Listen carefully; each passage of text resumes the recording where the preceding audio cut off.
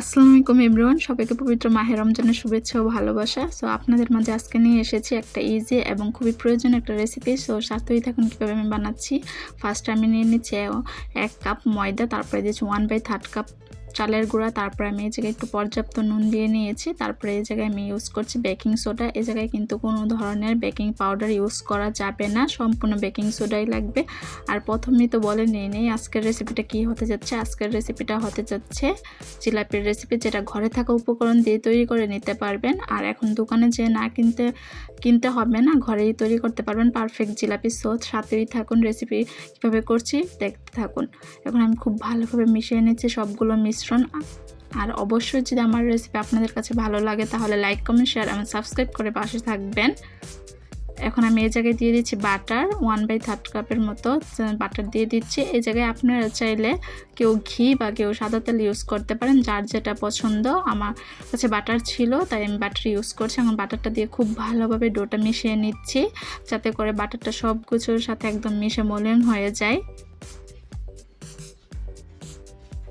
আর পবিত্র মাহে রমজান আপনাদের কীভাবে কাটছে জানাবেন, আপনাদের কমেন্টগুলো আমার খুব ভালো লাগে। আর আপনারা কী কী রেসিপি চান মাহে রমজান উপলক্ষে সেটা জানাবেন, আমি ইনশাল্লাহ দেওয়ার ট্রাই করব। এখন আমি দিয়ে দিচ্ছি রুম টেম্পারেচার পানি। এই জায়গায় পানিটা অল্প অল্প পরিমাণ দিয়ে নেবেন, তাহলেই বুঝতে পারবেন কনসিস্টেন্সিটা কেমন হয়েছে। অল্প অল্প দিয়ে তারপরে মিশিয়ে নেবেন, তাহলে এটা পারফেক্ট বুঝে যাবেন। আর যদি একদম শুরুতেই বেশিটা ঢেলে দেন তাহলে কিন্তু একদম ব্যাটারটা নাও হতে পারে, তার জন্য একটু অল্প অল্প দেওয়ার ট্রাই করবেন। আমি দেখতেই পাচ্ছেন শুরুতে কীভাবে অল্প অল্প দিয়ে সবগুলো মেখে নিচ্ছি। আর এটা কিন্তু সম্পূর্ণ মাখার উপর ডিপেন্ড করে, যদি মাখাটা ভালো হয় তাহলে এটা বাঁচতেও সুবিধা হবে।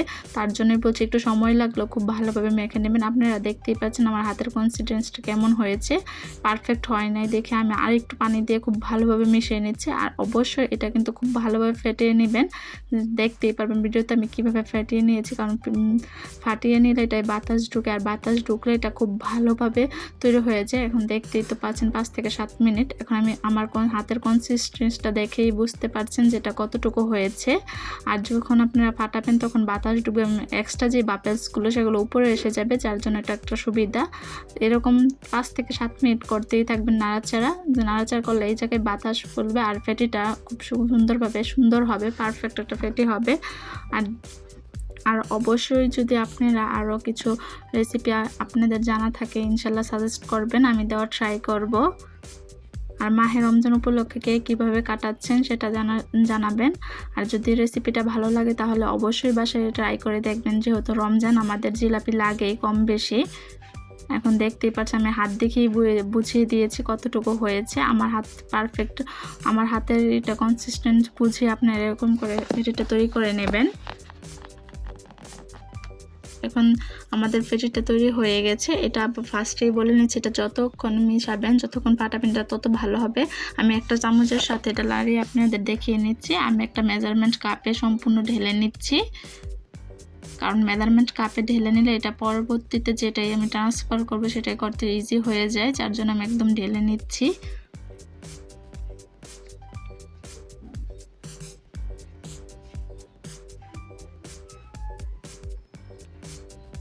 আর দেখতেই পাচ্ছেন এখন কত সুন্দর হয়েছে, কালারটা একটু চেঞ্জ হয়ে গেছে।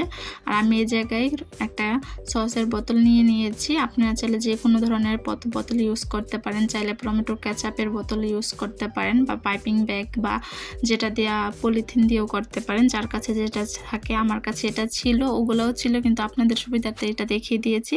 এখন দেখতেই পাচ্ছেন ঢাকনাটার ছিদ্রটা কতটুকু। আপনাদের যদি ছিদ্র প্রয়োজন হয় তাহলে কেচাপের মুখটা একটু ছিদ্র করে নেবেন।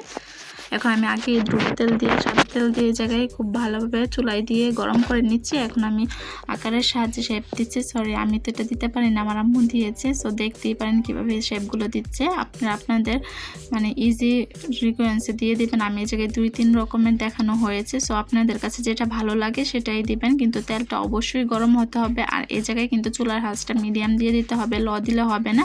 আর এটা কিন্তু খুব আলতোভাবে ভেজে নিতে হবে।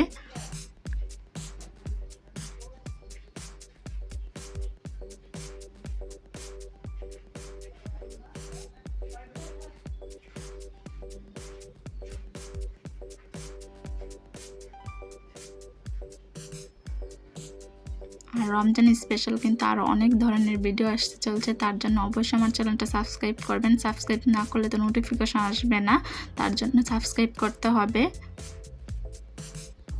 দেখতেই পাচ্ছেন এটা কালার কি সুন্দর ব্রাউনিশ হয়েছে। আমি বললেই তো হবে না, আপনার পাশে ট্রাই করে আমাকে জানাবেন যে আসলে অ্যাকচুয়ালি হয়েছে কি হয়নি। এখন আমি একটা সাঁচের সাহায্যে তুলে নিচ্ছি। এটা আমাদের পারফেক্ট হয়ে গেছে। আর এই শিরার ভিডিওটা আমার একটা ভিডিওতে করা আছে, সেই ভিডিওটা আমি ডিসক্রিপশন বক্সে দিয়ে দিব, সেটা আপনারা দেখে নেবেন। আমি শিরাই দিয়ে খুব ভালোভাবে চুবিয়ে নিচ্ছি। চুবানোর পরে কিন্তু 1 থেকে 1.5 মিনিট রাখার পর তুলে নেবেন, নাহলে কিন্তু এটা একদম ভিজে যাবে। এখন পর আবার আরেকটা শেপ দিয়ে দেওয়া হচ্ছে। এই শেপটা আপনাদের সুবিধা মতো বুঝে দিয়ে দিবেন, কারণ হাতের যদি ধরতে অসুবিধা হয় সেটা আপনারা বুঝিয়ে দিবেন কিভাবে দিবেন। এটা কিন্তু খুব ভালোভাবে আস্তে আস্তে করে বেজে নেবেন। আর চুলার আঁচটা বাড়িয়ে দিলে জায়গায় পুড়ে যাওয়ার সম্ভাবনা থাকে, আর পুড়ে গেলে কিন্তু এটা ভালো লাগে না, তখন সম্পূর্ণ ভিতর দিয়ে কিন্তু ভাজা হয় না। যার জন্য এটা আগে তেলটা খুব ভালোভাবে গরম করে তারপর মিডিয়াম হিটেই ভাজতে থাকবেন। আর এটার কালারও কিন্তু দেখতেই পাচ্ছেন খুব ভীষণ সুন্দর হয়েছে।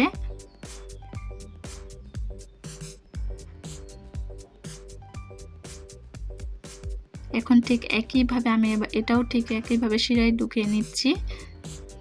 আমি এই শিরার ভিডিওটা ডিসক্রিপশন বক্সে দিয়ে দেব, আপনাদের প্রয়োজন মতো আপনারা দেখে আসবেন। আর আমার চ্যানেলে অনেক ধরনের ভিডিও আছে যেটা আপনাদের কাছে অনেক কাজে লাগবে, তার জন্য অবশ্যই চ্যানেলটা দেখে যাবেন।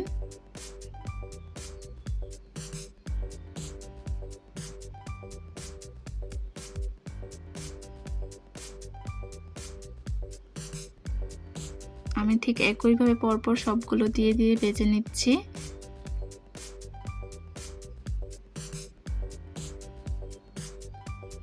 আর এটার ফাইনাল লুকটা দেখলেই বুঝবেন এটা কতটুকু ইয়ামি হয়েছে। সো আপনারা সবাই ফাইনাল লুকের জন্য তো ওয়েট করছেন বুঝছি। সো দেখতেই পারবেন আমাদের ফাইনাল লুকটা কত সুন্দর হয়েছে। তো সবাই আমার ফ্যামিলির জন্য দোয়া করবেন। আজকে এতটুকুই, বিদায় নিচ্ছি। সবাইকে আল্লাহ হাফেজ, পবিত্র রমজানের শুভেচ্ছা।